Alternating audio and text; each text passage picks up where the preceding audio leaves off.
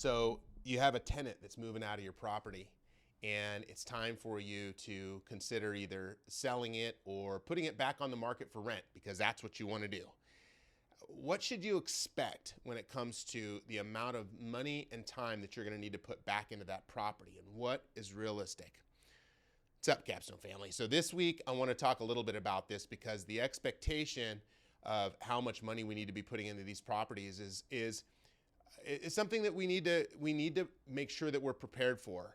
I think as the market is continuing to shift and change, and costs are going up for rehab, which we're seeing, it's something that we should be taking into account when it comes to how long do we keep the property, what costs are this property costing me, and is this property going to be profitable for the year, right? If you're barely scrimping by cash flow wise and you have to dump money into a new AC or a new roof, you know the pain, you know that feeling.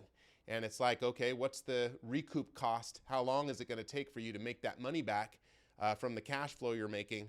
And is that important to you? So, okay, let's jump into this really quickly. I've got a couple of different examples, and what I did was we put a quick blog post together on our website. If you want to see a more a longer approach to this, feel free to check it out.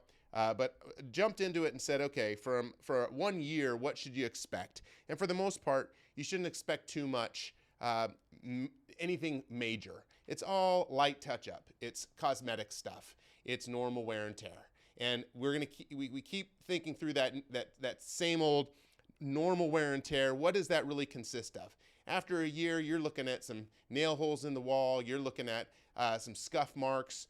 You're looking at, as an owner, getting the carpet cleaned out, right? Getting the carpet professionally cleaned.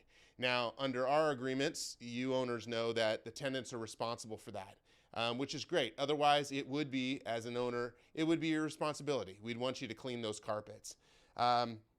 Let's see what we have. Filter replacement of the HVAC stuff. And again, here in Arizona, we have a service that basically is taking care of that stuff for us. We need HVAC filters replaced at least every 2 months is what we'd recommend.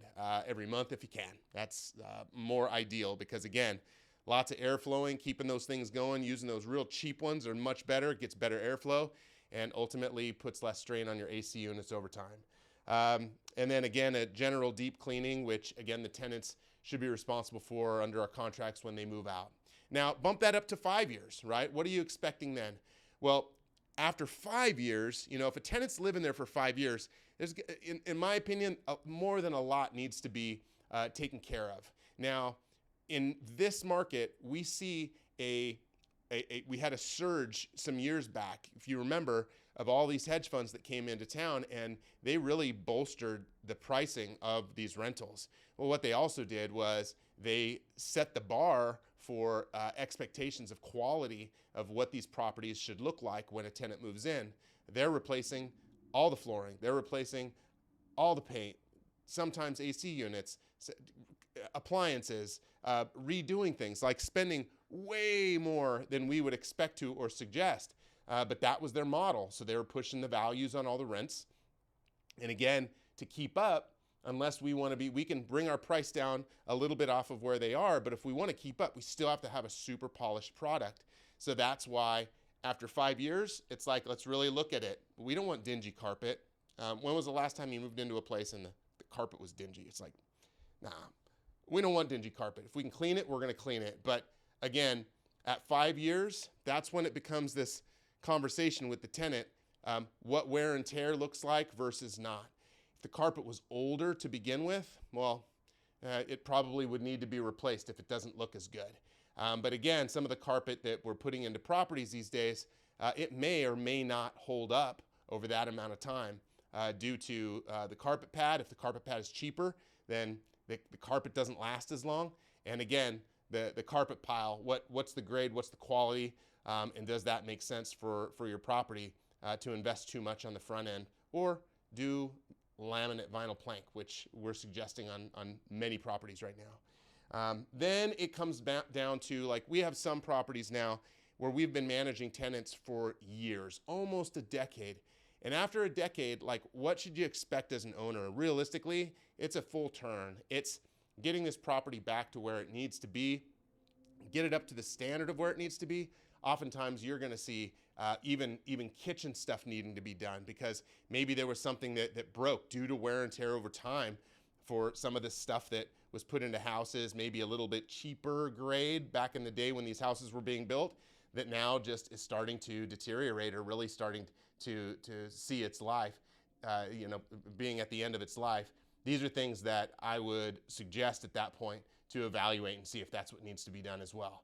Because again, we're trying to keep these properties at a certain threshold, at a certain quality, so that the consistency of our tenants is similar and we can offer a similar product. An inferior product in this market does not do well. And that's just something as we continue to, as the market here continues to mature, I would expect that there's going to be more and more of a separation between these properties that are really, really, really polished and those that are not. It's going to become even more expensive to keep those things as polished as we're trying to now. So yeah, I hope that information is helpful to you.